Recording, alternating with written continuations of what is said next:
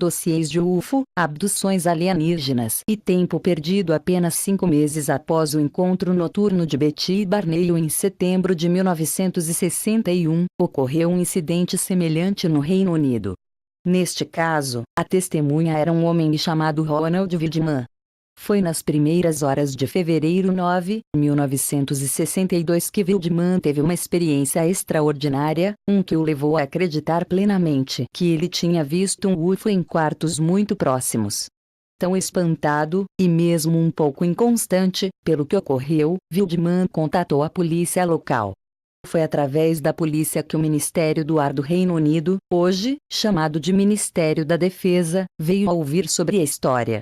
A imprensa, que foi avisado por alguém na polícia, deu à história mais do que um pouco de cobertura, o que levou a comunidade de pesquisa do Reino Unido UFO a descer sobre Wildman e escolher o seu cérebro sobre o que ele viu. Também, nos bastidores, os militares estavam tomando um relógio muito próximo de Wildman e sua experiência, que muito pode ser provado. O antigo arquivo do Ministério do Ar sobre o homem e seu encontro foi liberado para o domínio público e pode ser acessado pessoalmente nos arquivos nacionais, Kew, Inglaterra.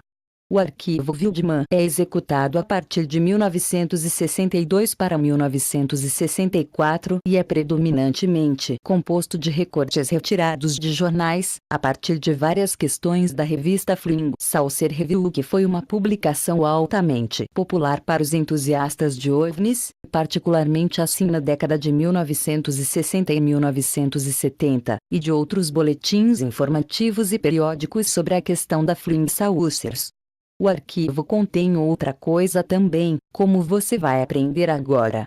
Exatamente uma semana depois que o furor sobre o encontro de Ronald Wildman se acalmou, um funcionário do reitor da Força Aérea Britânica e dos serviços de segurança pagou uma visita tranquila à polícia local, para obter todos os dados que tinham na mão. Deve-se notar que o PSS era um braço de elite da Força Aérea Real.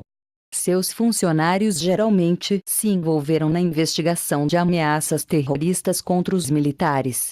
Eles eram especialistas nos campos da desinformação e espionagem, e são qualificados no domínio da contra-inteligência. Que o Ministério do Ar sentiu que era importante para o caso de Wildman a ser investigado pelo PSS fala volumes para sua credibilidade. Com isso tudo dito, vamos dar uma olhada no relatório inicial elaborado pelo PSS oficial Sargento C.J. Perry. Ele escreveu, em Aylesbury em 16 de fevereiro de 1962, às 1530 HRS. Visitei a Polícia Civil e solicitei informações sobre um suposto incidente de Flying Saucer. Fui concedido a todas as instalações pelas autoridades da Polícia Civil e, embora nenhum relatório oficial tivesse sido feito, os detalhes do incidente foram registrados no livro de ocorrência da estação. Os detalhes são os seguintes. Mr.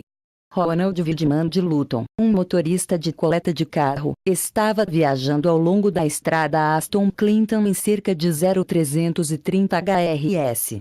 Em 9 de fevereiro de 1962, quando ele veio em cima de um objeto como um overcraft voando cerca de 30 metros acima da superfície da estrada.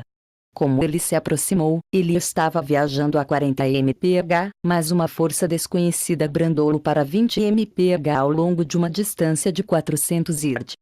Em seguida, o objeto de repente voou. Ele descreveu o objeto como sendo cerca de 40 pés de largura, oval em forma com um número de pequenos vigias em torno da borda inferior.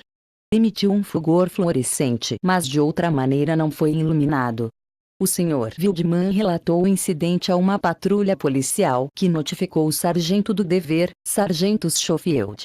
Um carro de patrulha de rádio foi despachado para a área, mas nenhum traço mais do Flying Saucer foi visto. Foi a opinião da polícia local que o relatório do Sr. Wildman era perfeitamente genuíno e a experiência não era uma invenção de imaginação. Eles viram que ele estava obviamente abalado. Falei com o sargento Schofield e um dos policiais a quem o incidente foi relatado. Ambos estavam convencidos de que o Sr. Wildman estava genuinamente chateado com a sua experiência. Tão interessante quanto o relatório acima certamente é, um relatório de acompanhamento do sargento Perry revela algo mais.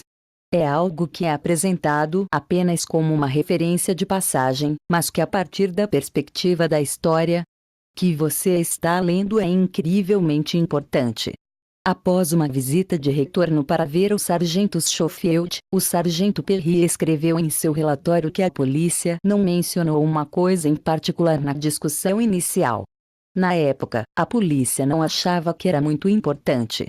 Ou seja, que quando ele falou com a polícia, Ronald Widman foi confuso sobre o tempo. Lamentavelmente, estas 4 palavras não são expandidas sobre, mas tão breves como são, eles sugerem que havia algum grau de falta de horas. Que Widman acreditava que o tempo quadro do encontro era muito diferente do que realmente era. Há um fator mais importante nesta história. Cópias do relatório do sargento Schofield sobre o incidente de Widman foram copiados para uma divisão do Ministério do Ar chamado IA-5B. AIA significa inteligência aérea.